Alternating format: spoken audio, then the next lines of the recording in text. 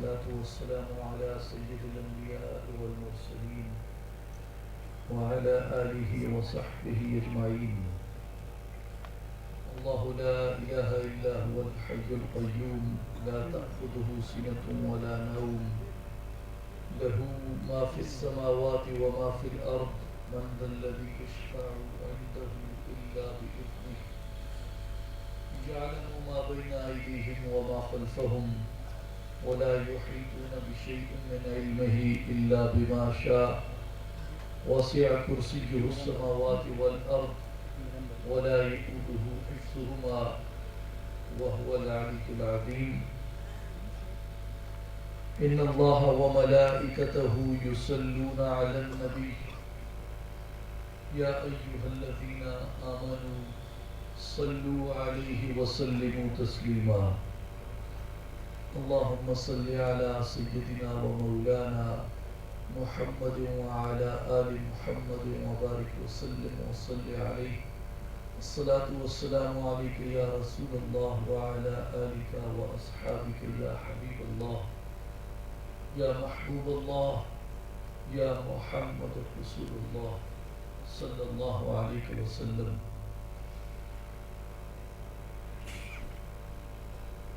قابل احترام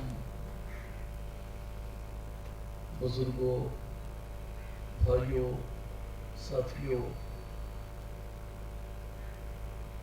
علماء کرام، مہمانان گرامی، السلام علیکم ورحمۃ اللہ وبرکاتہ. آپ تمام تشریف لانے والے بزرگوں کو، دوستوں کو، اصلاحی جماعت و عالمی تنظیم العارفین دربار عالیہ حضرت سلطان باہو رحمۃ اللہ علیہ اور سرپرست اعلیٰ اصلاحی جماعت و عالمی تنظیم العارفین مرشد ماں، قائد ماں حضور حضرت سلطان محمد علی صاحب کی جانب سے خوش آمدید، آپ کا خیر مقدم. آپ جانتے ہیں کہ اصلاحی جماعت و عالمی تنظیم العارفین دنیا بھر میں اللہ جل شانہ اور خاتم الانبیاء محمد مصطفیٰ احمد مجتبیٰ صلی اللہ علیہ وآلہ وسلم کی محبت اور اطاعت کی دعوت کو لے کے جاتی ہے، اور یہی اس کے تمام تر مساعی کا، تمام تر جہد و کاوش کا حاصل رسول اور مقصود ہے کہ ہم اپنی رغبت اللہ کی طرف قائم کریں اور اپنے دلوں میں محمد مصطفیٰ صلی اللہ علیہ وآلہ وسلم کی محبت کو پیدا کریں. اور اس کا راستہ بزرگان دین نے جو کتاب و سنت سے اخذ کیا، وہ راستہ ہمارا رہبر ہے، رہنما ہے، اور ہمارا راستہ اور طریق ہے. اصلاحی جماعت روحانیت کی دعوت دیتی ہے، ظاہر اور باطن کی اصلاح کی دعوت دیتی ہے، اور قلبی ذکر اللہ کی دعوت دیتی ہے کہ جس کے ذریعے اندر روشن ہوتا ہے، تاریکیاں چھٹتی ہیں، ظلمات دور ہوتے ہیں، اور انسان گناہوں سے دور ہوتا ہے اور حفاظت میں آ جاتا ہے. اور اصلاحی جماعت فقر محمدی صلی اللہ علیہ وآلہ وسلم کے رسول کی دعوت دیتی ہے. اور فقر محمدی بندے میں کیا اوصاف پیدا کرتا ہے؟ علامہ اقبال رحمۃ اللہ علیہ فرماتے ہیں کہ فقر کا مقصود ہے عفت قلب و نگاہ. کہ فقر جسے کہا جاتا ہے، جسے میں عام طور پہ آپ کو سمجھا دوں کہ لوگ پوچھتے ہیں کہ فقر میں اور تصوف میں کیا فرق ہے. تو فقر انتہا ہے اس کی جس کی تصوف ابتدا ہے، یعنی وہ پہلی سیڑھی تصوف ہے، وہاں سے آپ شروع کر کے فقر تک پہنچتے ہیں۔ لیکن جو فقر خواص بندے کے اندر پیدا کرتا ہے، ان خواص میں ہے کہ فقر کا مقصود ہے عفت قلب و نگاہ، وہ دل کی اور نگاہ کی پاکی کو پیدا کرتا ہے۔ اور آپ جانتے ہیں کہ اللہ تعالیٰ کا فرمان مبارک ہے حدیث قدسی میں، جسے عبداللہ ابن مسعود رضی اللہ عنہ نے روایت فرمایا کہ رسول اللہ صلی اللہ علیہ وآلہ وسلم نے فرمایا کہ اللہ تعالیٰ فرماتا ہے من ترکہا من مخافتی ابدلتہ ایمانا،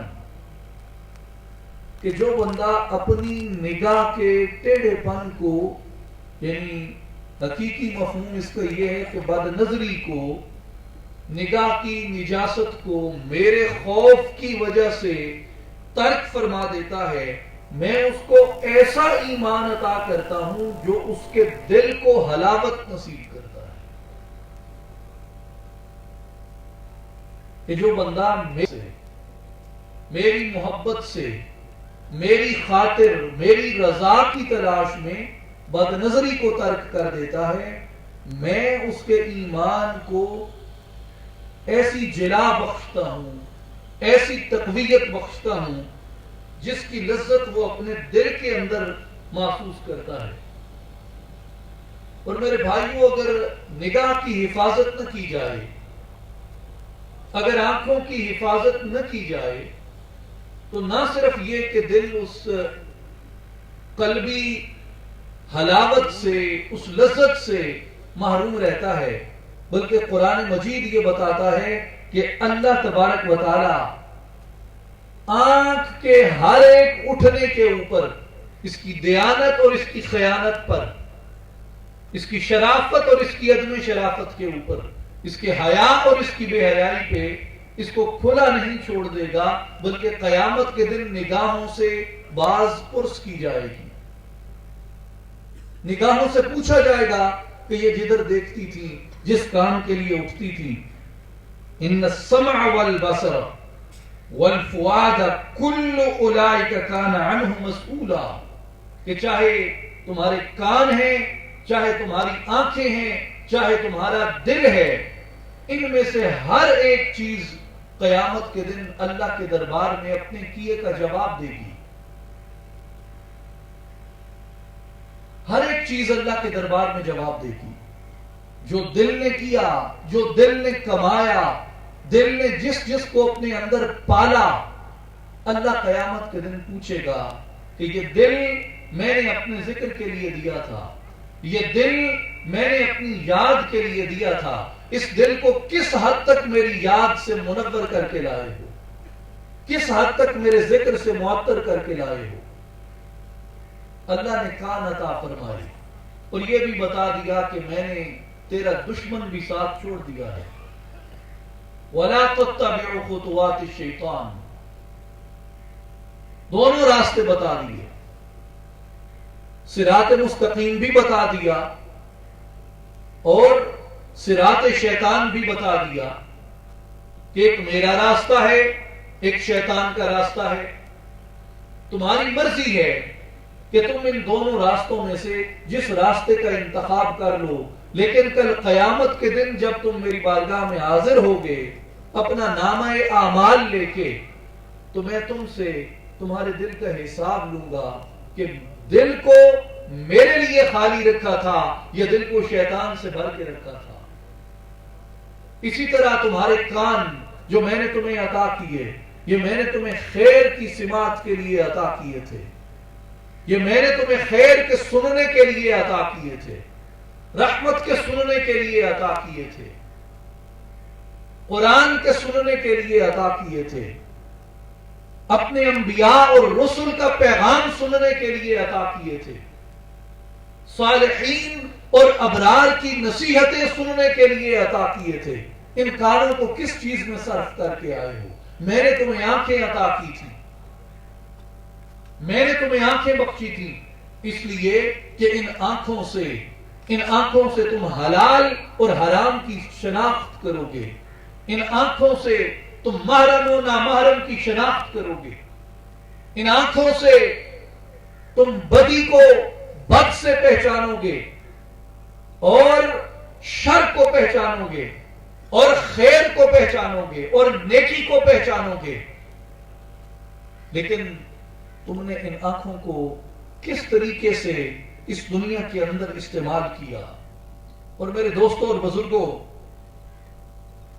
قرآن مجید ہمیں یہ بتاتا ہے کہ وجود کے اندر جو بڑے بڑے خناس ہیں، جن میں سب سے بڑا نقص وجود کے اندر جس پہ اگر انسان قابو نہ پائے تو نہ وہ شریف کہلانے کا حقدار ہے، نہ وہ صالح کہلانے کا حقدار ہے، نہ وہ با کردار کہلانے کا حقدار ہے، نہ وہ با اخلاق کہلانے کا حقدار ہے، نہ وہ صاحب شرم و حیا کہلانے کا حقدار ہے، اگر انسان اپنے وجود میں پائی جانے والی اس بدی کی قوت کو شکست نہیں دیتا۔ اور جب تک شکست نہیں دیتا تب تک وجود کے اندر اللہ کا ذکر تاثیر نہیں کرتا۔ تاثیر وہ اسی وقت کرتا ہے جس وقت انسان اپنے نفس کو مغلوب بنا لیتا ہے، اپنی بدی کی شر کی قوت کے اوپر غلبہ حاصل کر لیتا ہے۔ اس کے لیے ہر جو انسان کا عضو ہے اس کا کوئی نہ کوئی راستہ ہوتا ہے جہاں سے برائی اس عضو تک پہنچتی ہے، لیکن جو انسان کے اندر بدی کا سب سے برا جذبہ ہے وہ جذبہ شہوت ہے، جو انسان کو بد کرداری پہ، عزتوں اور عصمتوں کے پامال کرنے کے اوپر اکساتا ہے۔ اور قرآن مجید سے اگر آپ دیکھیں تو آپ کو سمجھ آتی ہے کہ اس شر کا، اس شہوت کا راستہ انسان کے وجود کے اندر انسان کی آنکھوں سے اترتا ہے، اور اگر انسان اپنی آنکھوں کی حفاظت کرے، اپنی نگاہ کی حفاظت کرے تو انسان اپنی شرمگاہ کی حفاظت کر سکتا ہے۔ قرآن مجید میں اللہ رب العزت نے ارشاد فرمایا سورہ نور میں، قُلْ لِلْمُؤْمِنِينَ يَغُضُّوا مِنْ أَبْصَارِهِمْ وَيَحْفَظُوا فُرُوجَهُمْ ذَلِكَ أَزْكَىٰ لَهُمْ۔ اے حبیب صلی اللہ علیہ وسلم، مومنین کو فرما دیجئے یغضوا من ابصارہم، اپنی نگاہوں کو نیچا رکھیں، اپنی آنکھوں کو جھکا لیں، وَيَحْفَظُوا فُرُوجَهُمْ، اور اپنی شرمگاہوں کی حفاظت کریں۔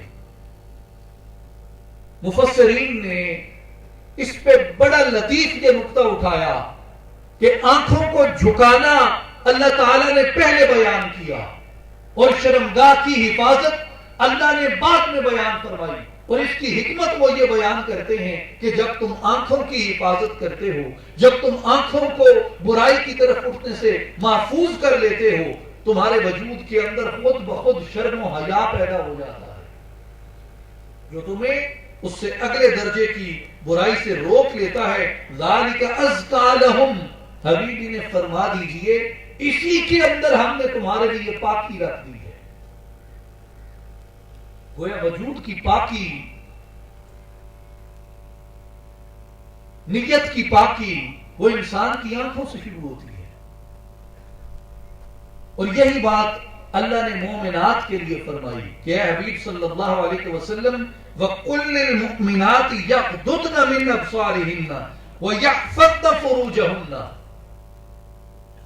اے حبیب، مومن مردوں کی طرح مومن عورتوں کو بھی یہ ارشاد فرما دیجئے کہ اپنی نگاہوں کو نیچا کر لیں، اپنی نگاہوں کو جھکا کے رکھیں اور اپنی شرمگاہوں کی حفاظت کریں،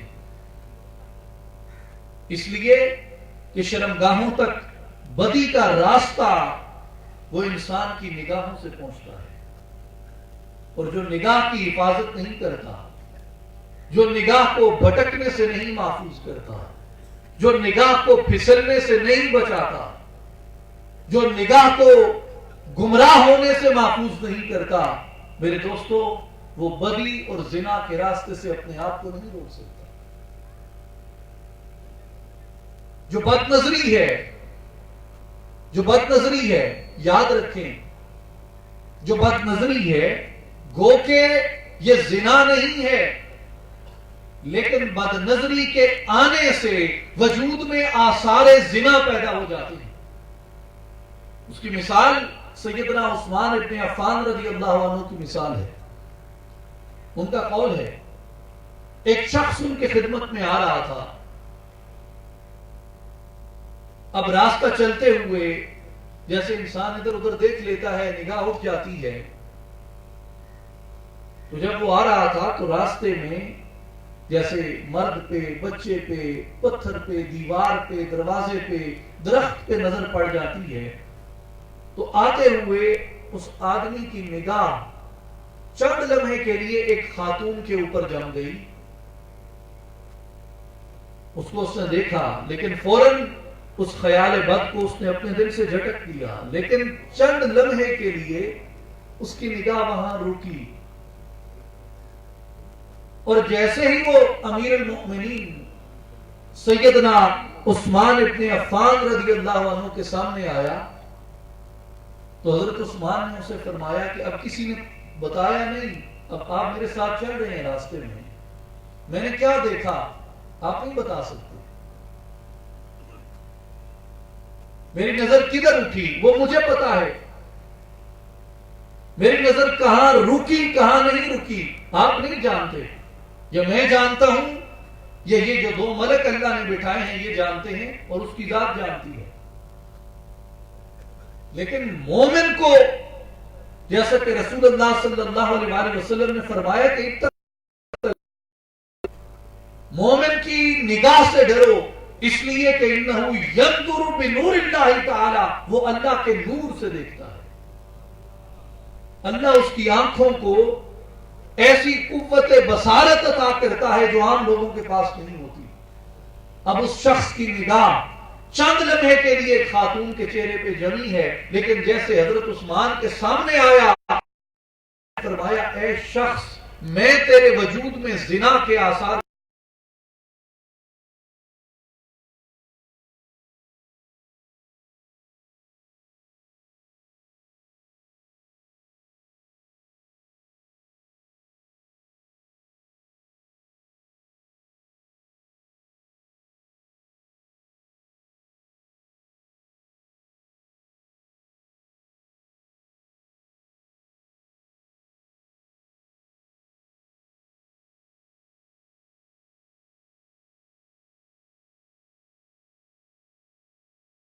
ایک تو یہ بات کہ جو ہماری مخفی نگاہ ہوتی ہے، جو کچھ ہم دیکھ رہے ہوتے ہیں، جو مومن کامل ہوتا ہے، مومن کامل کی نگاہ سے ہمارے احوال پوشیدہ نہیں ہوتے، مومن کامل پر ہمارے احوال عیاں ہوتے ہیں، ہمارے احوال کھلے ہوتے ہیں، اس کے اوپر وہ سے پوشیدہ نہیں ہوتے۔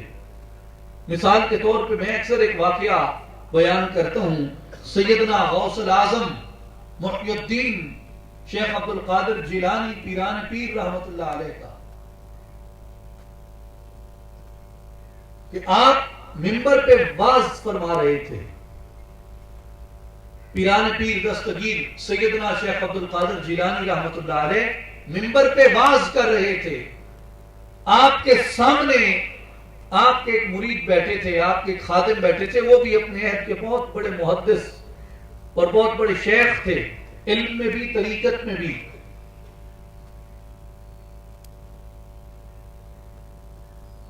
اب آپ کا واعظ سنتے سنتے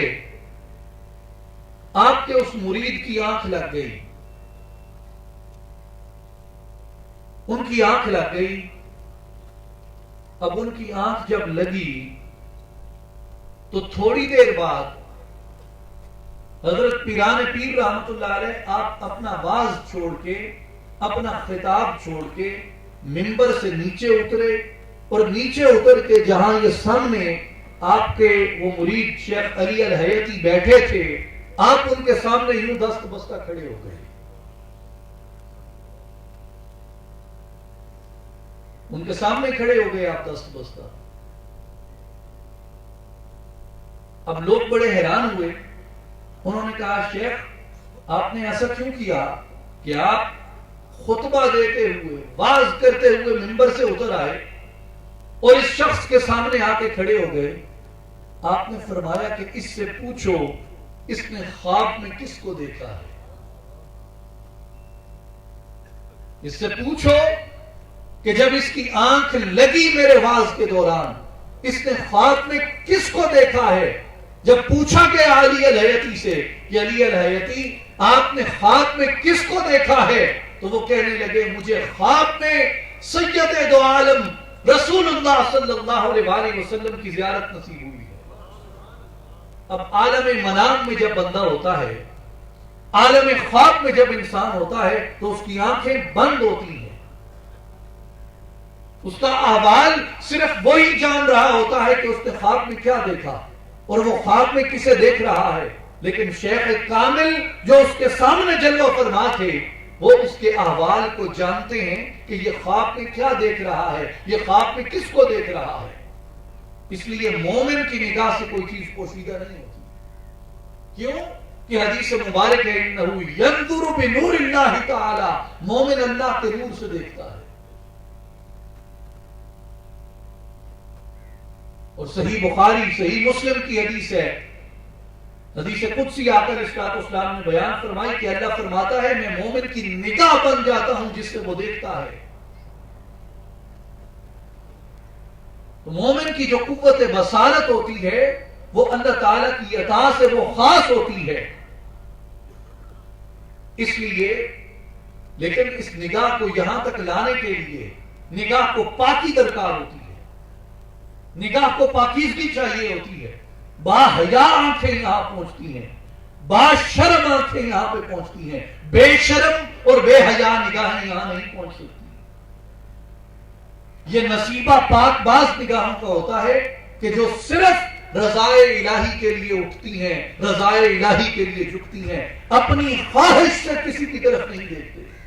اور خاص طور پہ نفس کی خواہش کے بد کی تسکین کے لیے وہ نگاہ کہیں نہیں اٹھتی۔ میرے دوستو یہ نگاہ کی پاکی کا، نگاہ کو پاک کرنے کا سب سے پہلا تقاضا ہے کہ نگاہ کو بدی سے روک دیا جائے۔ اس لیے قرآن مجید کہتا ہے کہ یغضوا من ابصارہم، مومن مردوں سے کہو اپنی نگاہوں کو جھکا لیں، اور مومن عورتوں سے کہو یغضضن من ابصارہن، اپنی نگاہوں کو وہ بھی جھکا لیں۔ اور نگاہوں کو جھکانے کا مدعا اور مقصد یہ ہے کہ نگاہوں کے اندر حیا کو پیدا کیا جائے، نگاہوں کے اندر شرم کو پیدا کیا جائے۔ اور حافظ ابن کثیر رحمۃ اللہ علیہ نے اس آیت کی تفسیر میں لکھا ہے کہ اس سے مراد مومن عورتوں کے لیے یہ ہے کہ وہ اپنے شوہر کے سوا اور اپنے محرم رشتوں کے سوا جو اس کے محرم کہلاتے ہیں شرعی طور پہ، جو حد اللہ اور اس کے رسول صلی اللہ علیہ وسلم نے قائم فرمائی ہے، مومن عورتوں کے لیے اس کے علاوہ کسی کی طرف دیکھنا ان کی شان حیا کے خلاف ہے۔ اور یہی بات مردوں کے لیے ہے کہ وہ رشتے جو مرد کے لیے اللہ نے محرم بنائے ہیں، اگر وہ ان کے علاوہ کسی عورت کی جانب نظر اٹھا کے دیکھتا ہے تو یہ مرد کی شان حیا کے خلاف ہے۔ اس لیے کہ آنکھوں سے دل کا دروازہ کھلتا ہے، اور دل کا ارادہ نیک ہو تو نیکی پہ لے جاتا ہے، اور دل کا ارادہ بد ہو تو برائی پہ لے جاتا ہے۔ لیکن آپ اگر ایک ارادہ بد سے کسی کی جانب دیکھتے ہیں، کوئی کسی ارادہ بد سے کسی کی جانب دیکھتا ہے، تو اس کا لازمی نتیجہ یہ ہوتا ہے کہ دل اعضاء کو برائی کے اوپر مجبور کرتا ہے۔ اس لیے علامہ قرطبی رحمۃ اللہ علیہ نے قول کیا کہ البصر هو الباب الاکبر الى القلب، کہ جو آنکھ ہے یہ دل کی طرف سب سے بڑا دروازہ ہے جو کھلتا ہے۔ یعنی دل کی طرف جتنے دروازے کھلتے ہیں، دل کی طرف جتنے دروازے کھلتے ہیں ان میں سب سے بڑا دروازہ وہ انسان کی آنکھ ہے۔ اگر آنکھ نیکی پہ ہے تو دل میں نیکی کا دروازہ کھل جاتا ہے، اگر آنکھ بدی پہ ہے تو دل میں بدی کا دروازہ کھل جاتا ہے۔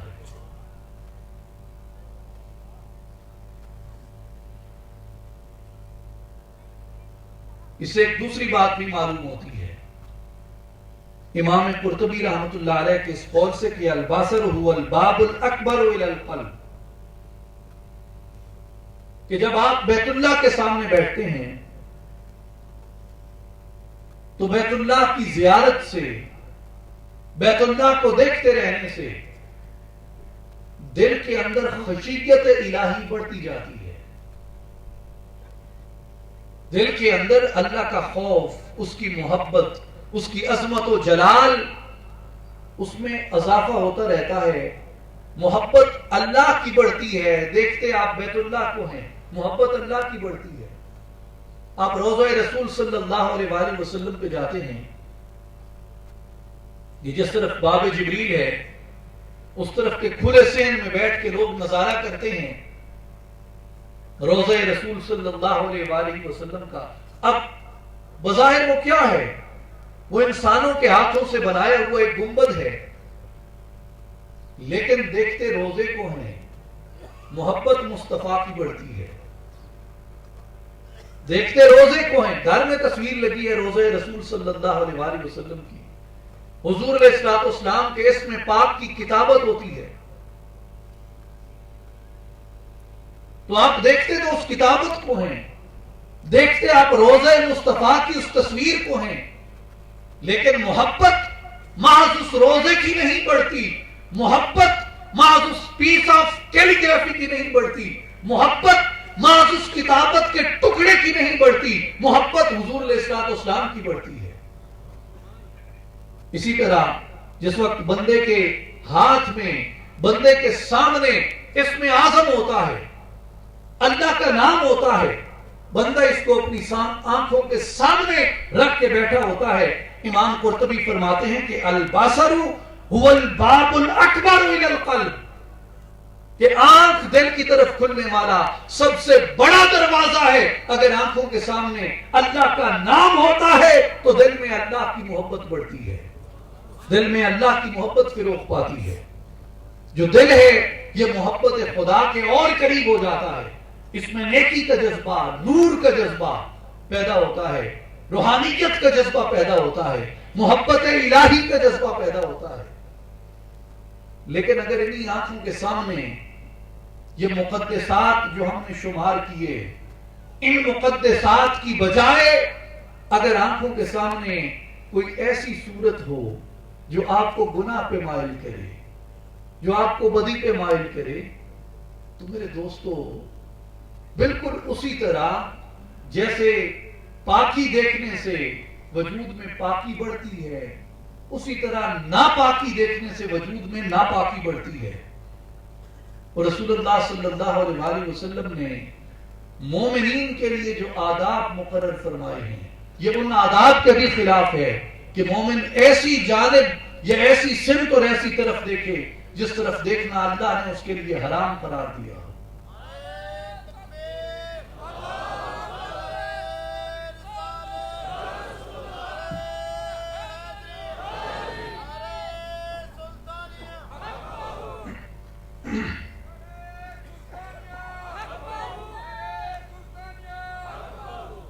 صحیح بخاری کتاب الاستئذان میں ابو سعید خدری رضی اللہ عنہ سے روایت ہے، رسول اللہ صلی اللہ علیہ وآلہ وسلم نے راستے کے حقوق مقرر کیے کہ جب تم راہ میں چلو یا راہ میں بیٹھو تو اس کے کچھ حقوق ہیں، اس کے کچھ فرائض ہیں، ان حقوق و فرائض کو پورا کرنا لازم ہے۔ عرض کی گئی یا رسول اللہ صلی اللہ علیہ وسلم وما حق الطریق، وما حق الطریق یا رسول اللہ صلی اللہ علیہ وسلم، یا رسول اللہ راستے کے حقوق کیا ہیں ہمارے اوپر، راستے کا کیا حق ہے؟ 6 حقوق حضور نے بیان فرمائے۔ چھٹا حق حضور نے فرمایا برائی سے روکنا، 5واں حق حضور نے بیان فرمایا نیکی کا امر کرنا. پانچ حقوق بیان فرمائے. 5واں حق برائی سے روکنا. 4تھا حق نیکی کا امر کرنا. 3را حق سلام کا جواب دینا. 2سرا حق تکلیف دہ چیز کو راستے سے ہٹانا. اور پہلا حق میرے نبی نے راستے کا بیان فرمایا غض البصر، اپنی نگاہوں کو جھکا کے رکھو راستے. پہلا حق یہ ہے راستے کا، یعنی تکلیف دہ چیز اٹھانے سے بھی پہلے کانٹوں کو، روڑے کو، پتھر کو، اشیاء وہ جو مسافر کو یا مسافر کی سواری کو تکلیف دیں، انہیں ہٹانے سے بھی پہلے میرے نبی نے فرمایا کہ اپنی نگاہوں کو نیچا کر لو. اور مجھے اس کی حکمت سمجھ آتی ہے. اس کی حکمت ہے کہ اگر کانٹا چبھا تو ایک پاؤں میں چبھا، اگر کانٹا چبھا تو ایک پاؤں میں چبھا، جس کے پاؤں میں چبھا اس نے کانٹا ہٹا دیا. لیکن اگر معاشرے میں نگاہیں درندوں کی طرح بے قابو ہو جائیں، خونخواری پہ اتر آئیں، تو معاشرے کے اندر ایک پاؤں زخمی نہیں ہوتا، صرف معاشرے کی ہر عصمت زخمی ہوتی ہے، معاشرے کی ہر آبرو زخمی ہوتی ہے، معاشرے کی ہر عزت زخمی ہوتی ہے. میرے دوستو، جو راستوں پہ چلتی ہیں خواتین ہماری، وہ صرف مسافر خاتون کسی کی بہن اور کسی کی بیٹی نہیں ہو سکتی، وہ میری بہن میری بیٹی بھی ہو سکتی ہے. اور جب میں کسی کی جانب دیکھتا ہوں تو میرے لیے لازم ہے کہ میں اس عبرت کو اپنے دل میں لے کے چلوں کہ آج اگر میری آنکھ سے کوئی محفوظ نہیں ہے، آج اگر میری آنکھ کی بدی سے کوئی حفاظت میں نہیں ہے، تو اس کا مطلب یہ ہے کہ میں نے اپنے گھر کو، اپنی عصمتوں اور آبروؤں کو خود اپنے ہاتھوں سے غیر محفوظ کر دیا. میرے بھائیوں اور دوستوں، ان چیزوں کی ایک حکمت ہوتی ہے. ایک تو اس کی یہ معاشرتی جہت ہے، اور مگر حقیقت اس کی مومن کے لیے جو اہمیت رکھتی ہے وہ یہ کہ یہ وہ عمل ہے، یہ وہ فعل ہے جو میرے معبود، میرے مطلوب و مقصود کو ناپسند ہے. وہ مجھے اس بات کی تلقین کرتا ہے، حکم کرتا ہے کہ اپنی آنکھوں کو جھکا کے چلو. اور قرآن مجید میں سورہ غافر میں ایک اور بڑا لطیف فرمان ہے اللہ کا. اللہ تعالیٰ نے فرمایا کہ یعلم خائنۃ الاعین وما تخفی الصدور. اللہ جانتا ہے آنکھیں جب خیانت کرتی ہیں، اللہ جانتا ہے آنکھیں جب خیانت کرتی ہیں، اور جو سینوں کے اندر چھپا ہوتا ہے پروردگار اسے بھی جانتا ہے. میرے دوستو، اللہ نے یہ اعلان کر دیا. سورہ غافر یہ بتاتی ہے ہمیں کہ نمبر 1، اللہ بد نظری کو پسند کرتا ہے اور بد نظری کو خیانت قرار دیتا ہے.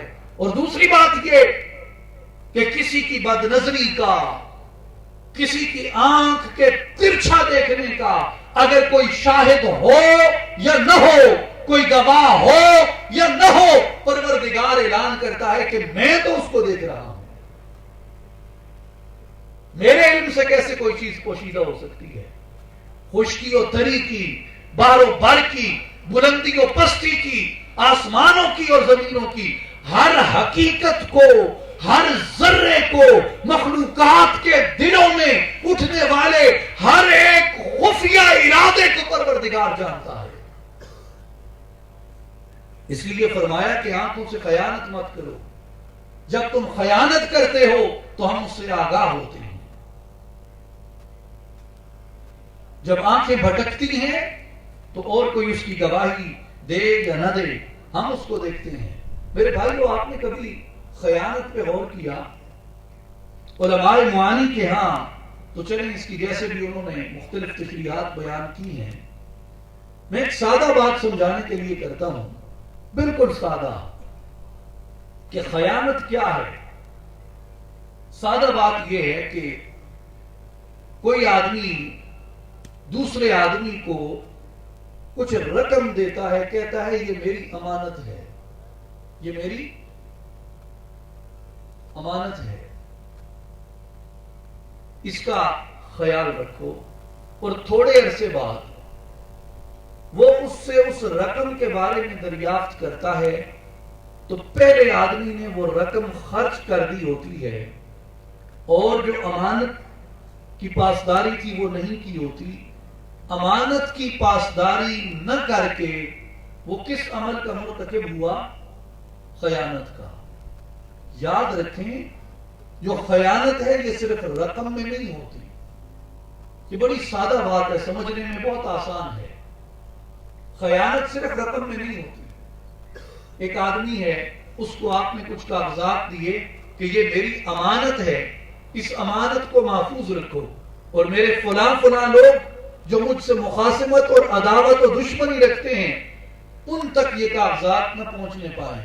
لیکن جو اس بندے سے اس نے وہ امانت رکھوائی جس کے پاس، وہ انہیں ان لوگوں تک پہنچاتا ہے جن تک پہنچانے سے اس نے منع کیا تھا. تو یہ بھی اس نے خیانت کا ارتکاب کیا. اسی طرح ایک آدمی کسی کے پاس اپنا بیٹا، اپنی بیٹی، اپنا بھائی کسی کو حفاظت کے طور پہ اس کو دے کے آتا ہے اور اس کو کہتا ہے کہ میں کہیں جا رہا ہوں، تب تک یہ میری امانت ہے، اس کو سنبھال کے رکھنا.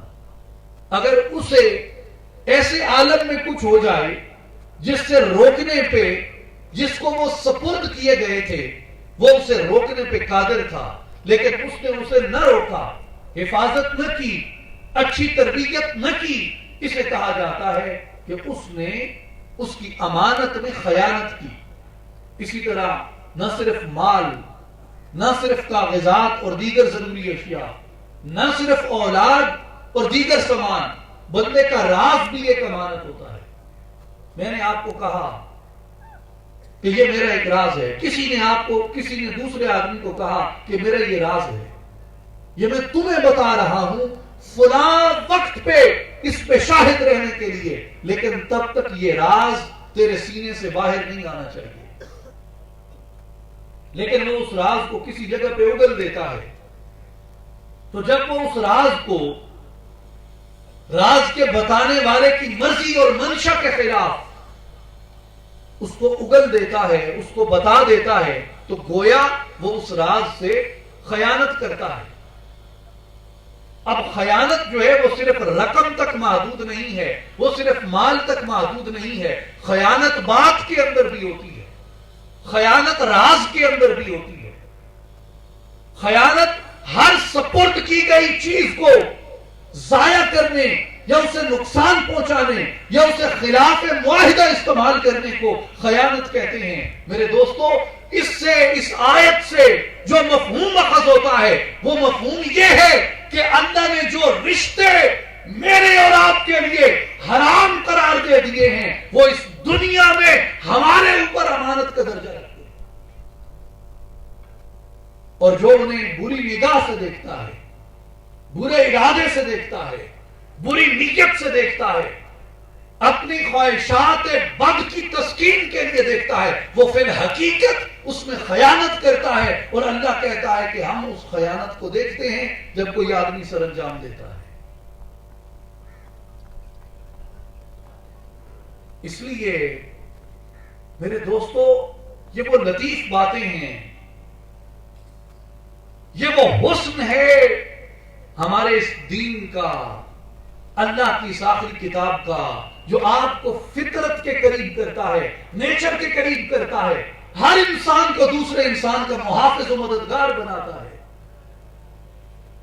ایک نظم قائم کرتا ہے، ایک ایسا نظم، ایک ایسا ضابطہ دیتا ہے کہ کوئی کسی کی جانب، یعنی زبانی کلامی نہیں، حقیقتاً اگر قرآن کی روح بندے کو سمجھ آ جائے تو اس دنیا سے میلی آنکھ ختم ہو جائے. کوئی کسی کی عزت و آبرو کی جانب، کوئی کسی کی عصمت کی جانب میلی آنکھ سے نہ دیکھے. یہی بات امام قرطبی رحمت اللہ علیہ نے عبداللہ ابن عباس رضی اللہ عنہما کے حوالے سے بیان کی کہ انہوں نے فرمایا کہ ایک مرد ہے جو ایک عورت کی طرف دیکھتا ہے اور وہ کچھ لوگ مل کے چل رہی ہیں، ان میں سے ایک مرد نے ایک عورت کی طرف دیکھا، جب باقی لوگ اس مرد کی طرف دیکھنے لگے تو اس نے اپنی نظریں جھکا لی، اور پھر تھوڑی دیر بعد اس نے اسی جانب دیکھا، باقی لوگ اس کی طرف دیکھنے لگے تو وہ پھر اپنی آنکھوں کو چرا لیتا ہے اور تاثر یہ دیتا ہے کہ جیسے میں نے نہیں دیکھا۔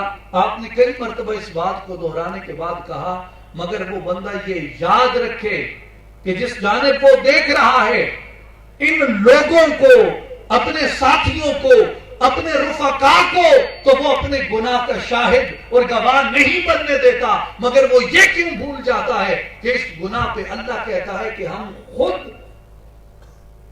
علم رکھتے ہیں اس کا کہ کون کب کہاں اس امانت کے اندر خیانت کرتا ہے۔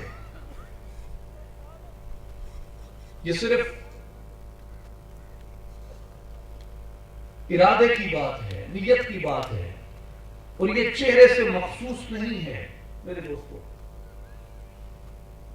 اس کی میں ایک مثال دیتا ہوں جسے امام بخاری رحمۃ اللہ علیہ نے، امام ابن ابی شیبہ رحمۃ اللہ علیہ نے جسے نقل فرمایا ہے، وہ کہتے ہیں کہ اس سے مراد صرف عورت کے جسد کو یا اس کے چہرے کو دیکھنا نہیں ہے، اور اسی طرح عورت کے لیے وہ مرد کے چہرے یا اس کے جسد کو دیکھنا نہیں ہے حوس کی نگاہوں سے، بلکہ امام ابن ابی شیبہ رحمۃ اللہ علیہ نے علاء ابن زیاد کی روایت سے کہا لا تتبعن النظرك حسن الرداء امرأة، اگر ایک عورت گزر رہی ہے، اس کی پشت آپ کی جانب ہے، اگر کوئی انسان ہوس کی نگاہوں سے اس کی خوبصورت چادر کی طرف نگاہ کرتا ہے، نگاہ اٹھاتا ہے، وہ فرماتے ہیں وہ بھی اسی طرح گناہ ہے، اس کی چادر کو دیکھنا جس طرح اس کے چہرے کو دیکھنا گناہ ہے، کیونکہ مقصود گناہ سے روکنا ہے، مقصود ارادہ بد سے روکنا ہے، مقصود نگاہ کے اندر پاکی پیدا کرنا ہے، اس لیے کہ یہ نگاہ پاک ہو کے اس پاک کی، اس سبحان کی انوار و تجلیات کو دیکھنے کے قابل ہو جائے۔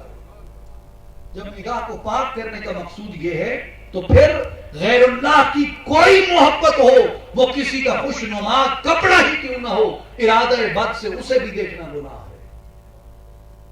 لیکن یہاں ایک سوال آتا ہے جو بڑا عام اور بڑا فطری ہے کہ اگر ویسے راہ چلتے انسان کی آنکھ اٹھ جاتی ہے، راہ چلتے ہوئے ویسے انسان کی آنکھ اٹھ جاتی ہے، بعض دفعہ آپ اس بات پہ قادر بھی نہیں ہوتے کہ آپ اس طرف نہ دیکھیں، تو پھر انسان کیا کرے؟ اس کا جواب بھی رسول اللہ صلی اللہ علیہ وآلہ وسلم نے عطا فرمایا۔ حضرت بریدہ رضی اللہ تعالی عنہ سے روایت ہے، وہ فرماتے ہیں کہ سیدنا علی کرم اللہ وجہ الکریم کو رسول اللہ صلی اللہ علیہ وآلہ وسلم نے ارشاد فرمایا، اسے امام ابو داؤد نے کتاب النکاح میں اور امام ترمذی رحمۃ اللہ علیہ نے ابواب الادب میں سے بیان فرمایا، آقا پاک علیہ السلام نے فرمایا یا علی جو لا تتبع النظرة النظرة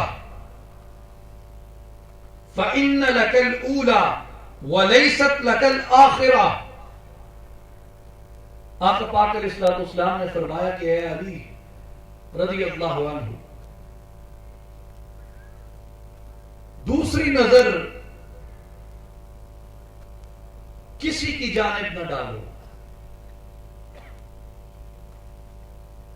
جسے اللہ نے منع کیا جس طرف دیکھنے سے، ایک مرتبہ اگر دیکھ بھی لیا تو دوسری جانب اپنی نگاہ کو اس جانب نہ اٹھنے دو، اس لیے کہ پہلی نگاہ بغیر ارادے کے اٹھ سکتی ہے لیکن دوسری نگاہ ارادے سے اٹھتی ہے۔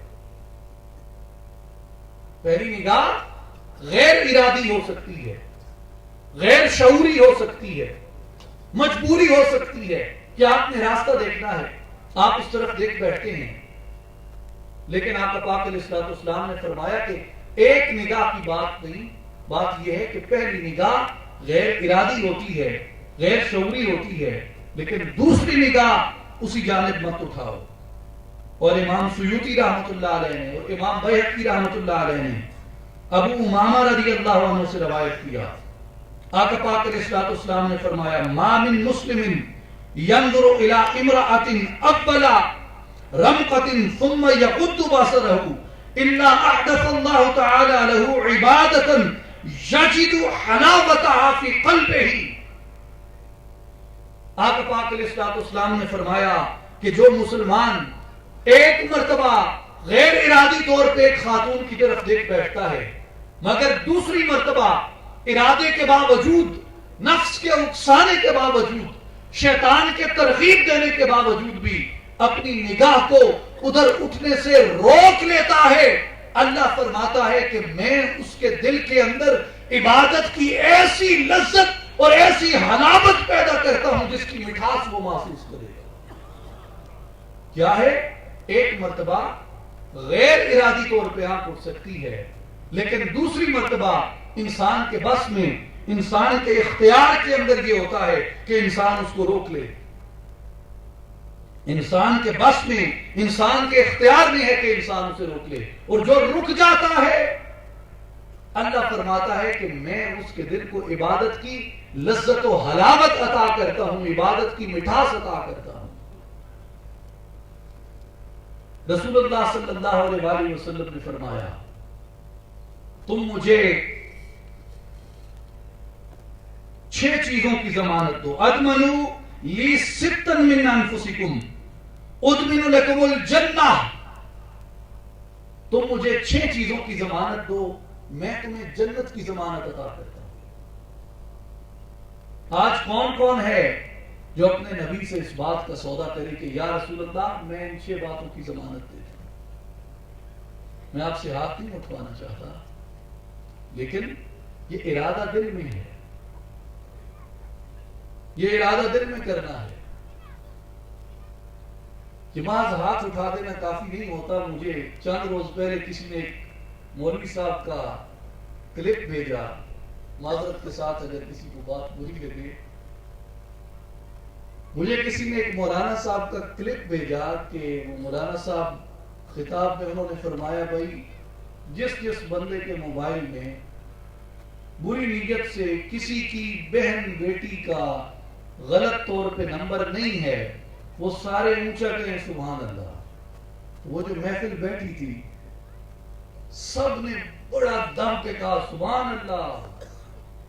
مولوی صاحب نے کہا جو ایڈے ہی سارے جو موبائل پا کے وقت مکالا ملے گا کون بولے؟ بھائی گناہ تو ہم ہی میں ہیں نا، خطائیں تو ہم ہی میں ہیں نا، ہم معاشرہ ہیں، ہم سماج ہیں۔ جو اس معاشرے کی اچھائی ہے اس میں ہم سب شریک ہیں، اور جو برائی ہے اس میں بھی ہم سب شریک ہیں۔ میرے دوستو یہ بات وقتی وعدوں کی نہیں ہوتی، یہ بات مومنانہ استقامت کے ارادوں کی ہوتی۔ میں آج آپ سے ہاتھ کھڑے کرواؤں، جوش و جذبہ دلا کے، مجھے معلوم ہے آپ میری وجہ سے نہیں آئے یہاں پہ، اب سلطان العارفین حضرت سلطان باہو کی عقیدت سے آتے ہیں۔ مجھے معلوم ہے آپ جو محبت کرتے ہیں صوفیاء کے خانوادوں سے، صوفیاء کی اولادوں سے، ان نسبتوں کا جو احترام کرتے ہیں، آپ کو جو کہہ دیا جائے، آپ کو وقتی طور پہ اگر ملال بھی گزرے تو بھی آپ اس کو اپنی مربت اور محبت میں جذب کریں گے۔ میرے دوستوں میں آپ کو ایکسپلائٹ نہیں کرنا چاہتا،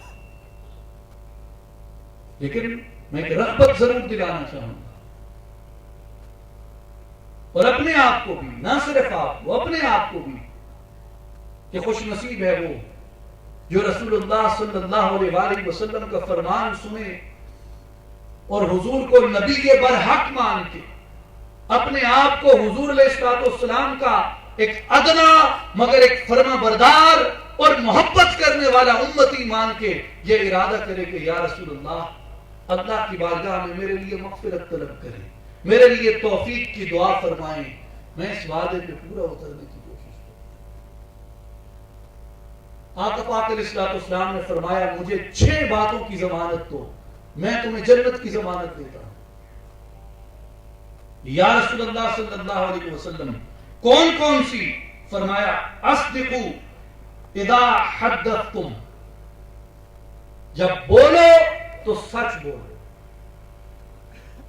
جب بولو تو سچ بولو، وَأَوْفُوا اذا وعدتم، وفا کرو جب وعدہ کرو۔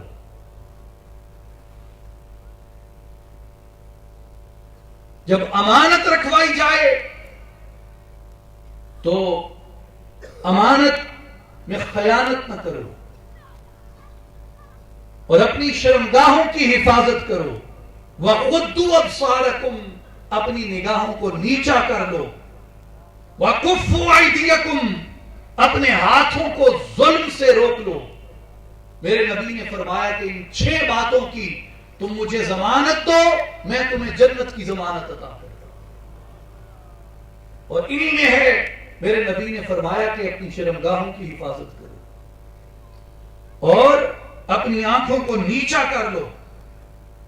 اور رسول اللہ صلی اللہ علیہ وآلہ وسلم نے فرمایا کہ قیامت کے دن ہر آنکھ رو رہی ہوگی اپنے کیے پہ جو اس نے کیا ہوگا، ہر آنکھ رو رہی ہوگی سوائے 3 آنکھوں کے۔ یا رسول اللہ صلی اللہ علیہ وسلم وہ کون سی 3 آنکھیں ہیں؟ میرے نبی کریم رؤوف الرحیم صلی اللہ علیہ وآلہ وسلم نے فرمایا ایک وہ آنکھ جو رات بھر اللہ کے لیے بیدار رہی، دوسری وہ آنکھ جس آنکھ سے اللہ کے خوف میں آنسو جاری رہے، اور تیسری وہ آنکھ جو اللہ کی حرام کی ہوئی چیزوں کی جانب اٹھنے سے رک گئی۔ میرے نبی نے فرمایا ان 3 آنکھوں کے علاوہ ہر آنکھ روئی گی قیامت کے دن۔ اور ایک اور حدیث پاک ہے، امام طبرانی نے اس کو روایت کیا، رسول اللہ صلی اللہ علیہ وسلم نے فرمایا کہ 3 آنکھیں جہنم کو نہیں دیکھیں گی، 3 آنکھیں دوزخ میں نہیں جائیں گی، 3 آنکھوں میں دوزخ کی تپش نہیں پہنچے گی۔ یا رسول اللہ صلی اللہ علیہ وسلم کون کون سی؟ یہی 3 آنکھیں رسول اللہ نے بیان فرمائی۔ حضور نے فرمایا جو آنکھ راتوں کو اللہ کے لیے نیند سے دور رہی، اور وہ آنکھ جو اللہ کی محبت و خشیت میں روتی رہی، اور وہ آنکھ جو اللہ کی حرام کی ہوئی چیزوں سے رک گئی۔ میرے دوستوں اور بھائیوں، یہ پاکی کا راستہ ہے، یہ پاکیزگی کا راستہ ہے۔ نمبر 1 اس کا روحانی فائدہ ہے کہ یہ بندے کی آنکھ میں جب پاکی آ جاتی ہے تو وہ آنکھ اس قابل ہو جاتی ہے کہ وہ ان ارواح کی، ان چہروں کی زیارت کر سکے جن چہروں پہ ذکر اللہ کی کثرت کی وجہ سے اللہ کا نور برستا ہے۔ ہم تمنا رکھتے ہیں کہ رسول اللہ صلی اللہ علیہ وآلہ وسلم کے رکوع زیبا کی زیارت کریں۔ سب کہیں آمین۔ اللہ ہر مومن و مسلمان کو موت سے قبل سرکار دو عالم صلی اللہ علیہ وآلہ وسلم کے چہرے انور کی زیارت نصیب فرمائے۔ ہم اپنے شیوخ کی زیارت کی طلب رکھتے ہیں، خلفائے راشدین المہدیین کے مبارک چہروں کی زیارت کی تمنا اور خواہش رکھتے ہیں، ائمہ اہل بیت کے مبارک چہروں کی، حسن و حسین رضی اللہ عنہما کے چہروں کی زیارت کی تمنا رکھتے ہیں۔ لیکن میرے دوستوں، میرے بھائیوں، یاد رکھیں عطار کی دکان کی شیلفیں مختلف ہوتی ہیں، قصاب کی دکان کی شیلفیں مختلف ہوتی ہیں۔ جہاں قصاب گوشت رکھتا ہے وہاں عطار عطر نہیں رکھتا، جہاں قصاب گوشت رکھتا ہے وہاں جوتے گانٹھنے والا لا کے اپنے جوتے نہیں رکھتا، جہاں کتابیں رکھی جاتی ہیں، اللہ کے کلام کی تفاسیر رکھی جاتی ہیں، رسول اللہ صلی اللہ علیہ وآلہ وسلم کی احادیث رکھی جاتی ہیں، وہاں جوتے بیچنے والا ان شلفوں میں جوتے نہیں رکھتا۔ ہر چیز کا اپنا مقام ہوتا ہے، ہر چیز کا اپنا مقام ہوتا ہے۔ میرے دوستو، گدھے کی قسمت میں قند نہیں ہوتا، جسے قند کہتے ہیں، وہ گدھے کی قسمت میں نہیں ہوتا۔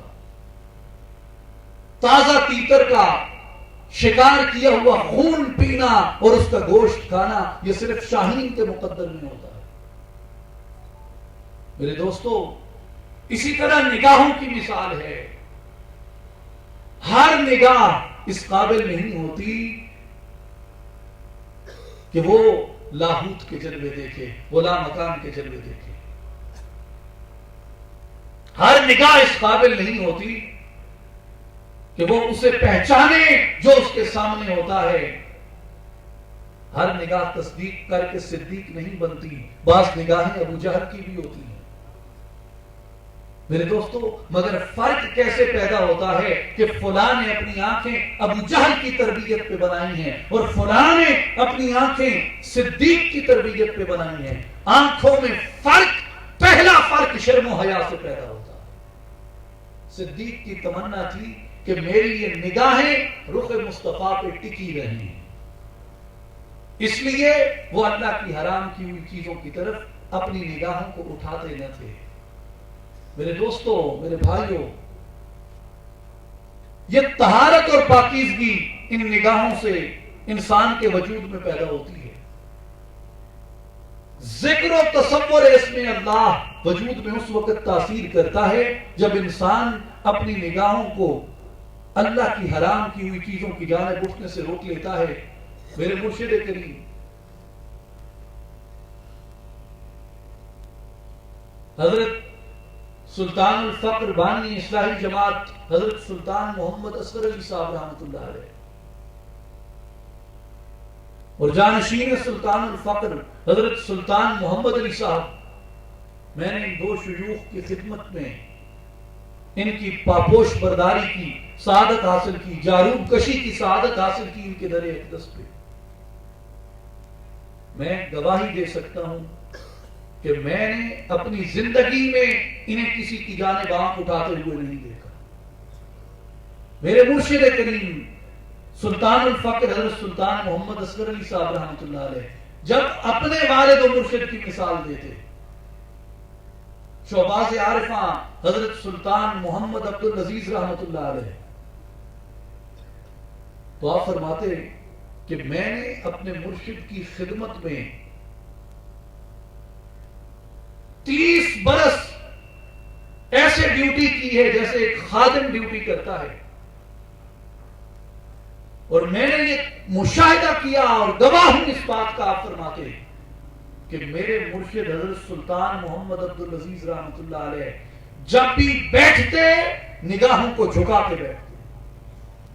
اب میں سوچتا ہوں کئی بار کہ جن کا دل ویسے ہی غیر اللہ سے پاک، جن کا دل ویسے ہی غیر اللہ سے پاک ہو، محبت الہی میں ڈوبا ہوا ہو، یاد الہی میں ہر وقت مشغول رہتا ہو، اور ان مقامات کے انوار و تجلیات کا وہ مشاہدہ کرتے ہوں جو ہمارے عقل کے احاطے سے ماورا ہیں، تو اگر وہ آنکھیں نہ بھی جھکائیں تو ان کی ذات گرامی پہ کیا اثر پڑتا ہے؟ جیسے حضرت سلطان باہو رحمۃ اللہ علیہ نے فرمایا ہے کہ پاک پلیت نہ تھیندے ہرگز توڑے رہندے وچ پلیتی ہوں، کہ جس کے اندر پاکی ہے باہر اسے پاکی نجاست لگ جائے تو وہ اسے پلیت نہیں کرتی۔ رسول اللہ صلی اللہ علیہ وسلم کے بارے میں صحابہ کرام بیان کرتے ہیں کہ حضور علیہ الصلوۃ والسلام کی آنکھوں میں حیا ایسے تھا جیسے دلہن کی آنکھوں میں حیا ہوتا ہے۔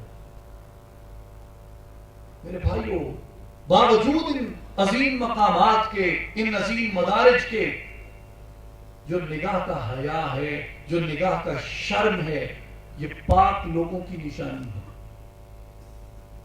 اگر آپ اپنے وجود کو برکت الہی کا، رحمت الہی کا، عطاء الہی کا، خزائن غیبیہ کا حامل بنانا چاہتے ہیں تو وہ آداب اختیار کریں جو ہمارے شیوخ اسلاف و اکابرین نے اختیار کیے. اور اس کی پہلی سیڑھی اور پہلی منزل آنکھوں کے اندر حیا کو پیدا کرنا. آپ کو بہت سا وقت لے لیا ہے، لیکن مقصود واز کرنا یا خطاب کرنا نہیں ہوتا. مقصود ایک تربیتی عمل سے گزرنا ہے. مقصود اس تجربے کو بیان کرنا ہے جو سینکڑوں برس تک، 1500 سال تک پاکان امت کی حفاظت میں رہا. امت کے پاک باز لوگوں نے جس ورثے کی حفاظت کی. میرے دوستو، بلڈنگیں ورثہ نہیں ہوتی، عمارتیں، جائیدادیں، زمینیں ورثہ نہیں ہوتی. قوموں کا ورثہ ان کے نظریات اور ان کا طریق معاشرت ہوتا ہے. میرے بھائیو، یہ ہمارا اسلامی ورثہ ہے جس کی ہمیں، آپ کو، ہماری اولاد کو حفاظت کرنی ہے. آج کی جدید معاشرت نگاہوں کو بے باکی سکھاتی ہے. ہاں، جب مومن میدان جہاد میں ہو، جب باطل کے سامنے کھڑا ہو. آپ کو میں ایک مثال دیتا ہوں کہ جب باطل کے سامنے مومن کھڑا ہو، وہاں اس کی نگاہوں میں عقاب کی بے باکی چاہیے. اس کی مثال ہے کہ سیدہ زینب بنت علی رضی اللہ عنہا خیمے کے اندر ہیں تو نگاہوں میں بے باکی نہیں ہے، نگاہوں میں حیا ہے، نگاہوں میں شرم ہے، نگاہوں میں عفت ہے.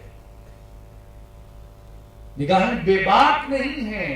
لیکن جب حق و باطل کا معرکہ آیا، خیمے جلا دیے گئے، اونٹوں پہ لاد کے پہلے کوفہ میں اور دمشق میں لے جایا گیا، وہاں زینب کی آواز بے باک ہوئی، اس لیے کہ وہ باطل کے خلاف بلند تھے. جب باطل کے سامنے جاؤ تو پھر اس کے تقاضے اور ہیں. لیکن جو عام معاشرت ہے اس کے اندر نگاہوں میں بے باکی نہیں چاہیے. یہ آج ہمارا جو جدید طرز تعلیم ہے یہ آپ کو بے باکی سکھاتا ہے. میں نے لندن میں ایک ادارے میں ٹریننگ لی جو کہ اسی سماجی اخلاقیات اور سماجی رویوں سے متعلق تھی. تو وہاں جو ٹرینر تھے ہمارے، انہوں نے بتایا کہ یہ ایک چیز ہوتی ہے جس کو assertive eye contact کہتے ہیں، کہ آپ اپنی آنکھوں سے پورے اعتمادی کے ساتھ دوسرے کی آنکھوں میں آنکھیں ڈال کے بات کریں. تو میں نے اسے کہا کہ مگر اس کے اوپر کلچرل ڈیفرنس اپلائی ہوگا، جو کلچر کا فرق ہے وہ اپلائی ہوگا. اس نے کہا وہ کیسے؟ میں نے کہا ایک شخص تھا، اس سے میں نے قرآن مجید پڑھا. جب میں 7-8 سال کی عمر کو پہنچا تو میں نے قرآن ختم کر لیا. اب میری عمر یہ ہے کہ میرے اپنے بچے اسی قاری سے قرآن پڑھتے ہیں. اس وقت میں بچہ تھا، اب میرے بچے اس قاری سے قرآن پڑھتے ہیں، لیکن مجھ میں آج تک یہ ہمت نہیں ہے کہ میں نے جس شخص کو استاد مانا، جس سے قرآن پڑھا، حالانکہ وہ میرے ہاتھ چومتا ہے، میرے گھٹنوں کو ہاتھ لگاتا ہے، میرے شیخ سے نسبت رکھتا تھا، حضرت سلطان باہو کی وجہ سے میرا وہ اپنے باپ کی طرح ادب کرتا ہے، مجھے وہ اپنا استاد مانتا ہے جس سے میں نے قرآن پڑھا، لیکن مجھ میں آج تک بھی اتنی ہمت نہیں کہ میں اس کی آنکھوں سے آنکھیں ملا کے بات کر سکوں. اس نے کہا جب آپ اپنے پیرنٹس کو بتائیں، اپنا کوئی ایشو ڈسکس کریں تو you need assertive eye contact. میں نے کہا بٹ I can't، میں نہیں کر سکتا، اس لیے کہ ہمارے ہاں assertiveness جسے کہتے ہیں، پر اعتماد جسے کہتے ہیں، وہ نہیں ہے جو ماں باپ کی آنکھوں میں آنکھیں ڈال کے بات کرے. ماں باپ میرے دشمن نہیں ہیں، میری تہذیب کے اندر، میرے تمدن کے اندر، میرے کلچر کے اندر ماں باپ سے نگاہیں جھکا کے بات کرنا احترام سمجھا جاتا ہے. اور یہ جو بے باکی ہمیں ٹی وی چینلز پہ سکھائی جا رہی ہے، وہ انفوٹینمنٹ میڈیا ہو یا انٹرٹینمنٹ میڈیا ہو، یہ ہماری روایت نہیں ہے، یہ ہماری تہذیب نہیں ہے. اور اس سے بھی بڑی بدقسمتی کی بات یہ ہے کہ ہمارے جو پرائیویٹ ادارے ایجوکیشن کے ہیں، پرائمری سے لے کے ہائر ایجوکیشن تک، وہ تو برانڈ کے طور پہ اس بے باکی کو فروخت کرتے ہیں. اور ہم میں سے کتنے والدین ہیں جو جا کے ان سکولوں کے، ان ایجوکیشن انسٹیٹیوشنز کے دروازے کھٹکھٹاتے ہیں اور انہیں جا کے کہتے ہیں کہ مجھے تعلیم تو جدید چاہیے لیکن مجھے تربیت حضور علیہ السلام والی چاہیے. کتنے باپ ہیں، کتنی مائیں ہیں جنہوں نے جا کے سکولوں کے دروازے پہ دستک دی، پرنسپلز کو، سی ای اوز کو، ڈائریکٹرز کو، چانسلرز کو، وائس چانسلرز کو جا کر یہ کہا کہ تعلیم میں جدید چاہتا ہوں. جدید تعلیم سے ہم باغی نہیں ہو سکتے. ہماری ملی قومی اصلی ضرورت ہے اعلیٰ درجے کی جدید تعلیم. لیکن جو میرے بچوں کے سر ہیں، میرے بچوں کی نگاہیں ہیں، میرے بچوں کی زبان ہے، میرے بچوں کے ہاتھ اور پاؤں ہیں، میرے بچوں کا دماغ اور میرے بچوں کا جو دل ہے، وہ اس اسلوب اور اس راستے پہ چلنا چاہیے جو مجھے اللہ کی کتاب اور رسول اللہ کی شریعت نے بتایا. اگر یہ آپ جا کے والدین سے ڈیمانڈ نہیں کرتے، وہ آپ کے بچوں کو کبھی پرووائڈ نہیں کریں گے. میں آپ کو یہ تجویز دوں گا